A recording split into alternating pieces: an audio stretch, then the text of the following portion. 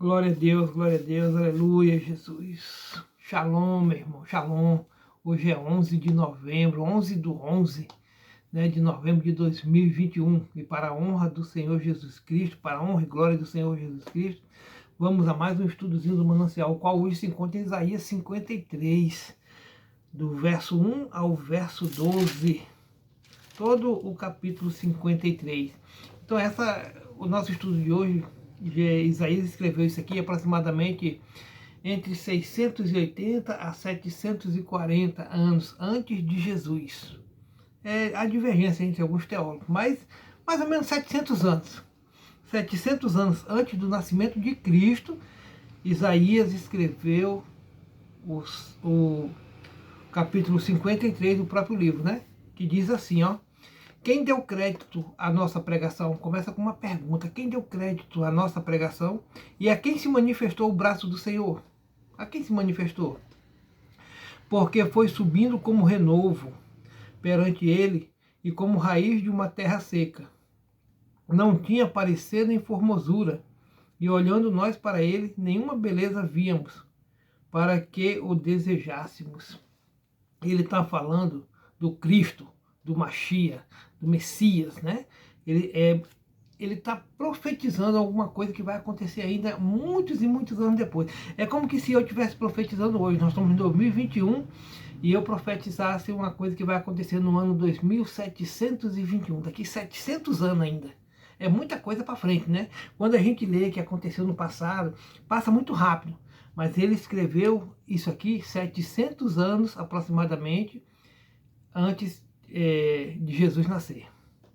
Era desprezado e o mais indigno entre os homens, homem de dores, experimentado nos trabalhos, e como um de quem os homens escondiam o rosto. Era desprezado e não fizemos dele caso algum. Nossa! Verdadeiramente, ele tomou sobre si as nossas enfermidades e as nossas dores, levou sobre si. E nós reputamos por aflito, ferido de Deus e oprimido. Mas ele foi ferido pelas nossas transgressões e moído pelas nossas iniquidades. O castigo que nos traz a paz estava sobre ele, e pelas suas pisaduras fomos sarados. Todos nós andamos desgarrados como ovelhas. Isso aqui serve para o dia de hoje, né? Cada um se desviava pelo seu caminho, mas o Senhor fez cair sobre ele a iniquidade de nós todos. Na realidade, nós andávamos sem pastor. Hoje nós temos o bom pastor, que o bom pastor é Cristo Jesus. Todo aquele que recebe Jesus como Senhor e Salvador de sua vida tem esse bom pastor. É o nosso guia, né? Nós olhamos para o que Jesus fez, para o que Jesus é, e nós vamos na mesma direção. Jesus agora ele entrou no Santo dos Santos, ele rasgou o véu. Não precisa mais ninguém aqui na terra interceder por você. É você mesmo que vai diante do Pai. Né? Você vai passar pela porta estreita. A porta é irmão, na porta estreita não passa pecado, não passa pessoas rancorosas. Entendeu? Você tem que se desfazer do seu eu. Tirar tudo que você acha que é. E colocar Cristo na sua vida, porque se você tem Cristo na sua vida, você vai mudar o modo de viver, o modo de ser, o modo de andar. Precisamos que Cristo seja o Senhor e Salvador de nossas vidas.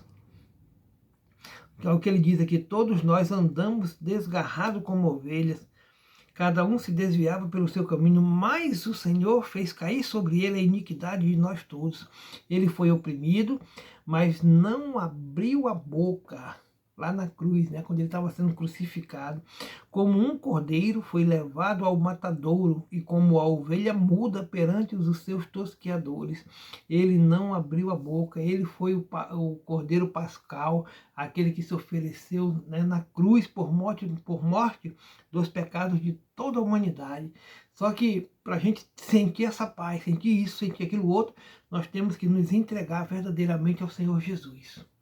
Nós temos que aceitar Cristo na nossa vida, porque Ele há de nos transformar e nos mudar. Aleluia. Da opressão e do juízo foi tirado. E quem contará o tempo da sua vida? Porquanto foi cortado da terra dos viventes, e pela transgressão do meu povo foi ele atingido, e puseram a sua sepultura com os ímpios e com o rico na sua morte, porquanto nunca fez injustiça, nem houve engano na sua boca. Inocente. Está lá em João 19:18. Jesus foi o único homem, 100% homem, que não tinha pecado. Está entendendo? Foi o único ser humano que veio sobre toda a humanidade, sobre todo o planeta sem pecado, é Jesus. Ele não tem pecado. Né? Todavia, ao Senhor agradou o moê-lo, fazendo-o enfermar. Quando a sua alma se puser por expiação do pecado, verá a sua posteridade, prolongará os dias, e o bom prazer do Senhor prosperará na sua mão. Louvado seja Deus. O trabalho da sua alma ele verá, e ficará satisfeito com o seu conhecimento. O meu servo, o justo, justificará muitos, porque as iniquidades deles levará sobre si. Jesus levou tudo aquilo que não presta sobre ele. Só que a gente, irmão, às vezes pena por falta de conhecimento. Porque se a gente aceitar Jesus Cristo e entender esse amor que ele tem pela humanidade, que ele veio nos resgatar, nos mostrar o caminho, né? Eis que o reino de Deus está próximo, arrependei-vos. Foi assim que Jesus começou o seu ministério. Né? Pelo que lhe darei a parte de muitos, e com os poderosos repartirá ele o despojo, porquanto derramou a sua alma na morte, e foi contado com os transgressores. Mas ele levou sobre si o pecado de muitos, e pelos transgressores intercedeu. João 19:6. Depois você lê aí. Então assim, Jesus veio nos resgatar. A missão dele foi cumprida naquela época, e agora nós temos esse livre acesso. Né? Mas para nós passarmos pela porta estreita, nós temos que nos arrepender e esperar a sua volta. Né? Ele não terminou ainda não, ele vai voltar e vai levar a sua igreja. Estamos entendidos? E o estudozinho do Manancial nos diz assim, ó: o nosso sofrimento nos ajuda a entender em parte o sofrimento de Cristo, pois ele sofreu a nossa angústia, a aflição e profunda dor na cruz do Calvário. Se formos indiferentes ao seu sofrimento, somos indiferentes ao nosso próprio sofrimento e a nós mesmos. É importante entendermos que estamos unidos a Jesus na totalidade de sua vida por causa do sofrimento e morte em nosso lugar. Por isso devemos nos voltar para ele, que derramou a sua vida por nós, tendo a certeza de que nosso sofrimento no presente é também uma forma de participarmos de sua vida. É importante nos perguntarmos: por quais motivos não queremos aceitar o nosso sofrimento, visto que Cristo, sendo Deus, sofreu também? Por quais motivos não queremos amá-lo quando sofremos? É verdade que Cristo não sofre mais. Contudo, também é verdade que mesmo após a sua ressurreição, as marcas do sofrimento permanecem em seu corpo.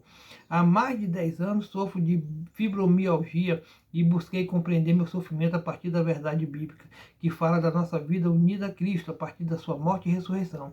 Enquanto você é encorajado a seguir os tratamentos médicos da medicina moderna, compreenda seu sofrimento como uma forma de participação naquele sofrimento em Cristo em seu lugar.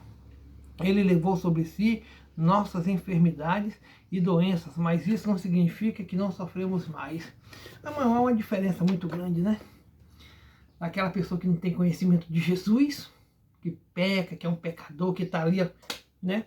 E para nós que já temos Jesus Cristo como Salvador. Nós somos pecadores ainda, mas pecadores arrependidos. Porque o nosso pecado vem lá de Adão, irmão. Não tem, nós já nascemos em pecado. Só um, que foi Cristo, que nasceu sem pecado, porque foi concebido pelo Espírito Santo. Mas todos nós já nascemos com pecado, e é o pecado da morte, irmão. A transgressão de Adão nos expulsou do paraíso e trouxe sobre nós a morte, a condenação. Está sobre nós. E é concebido ali no momento da concepção. Vocês estão entendendo?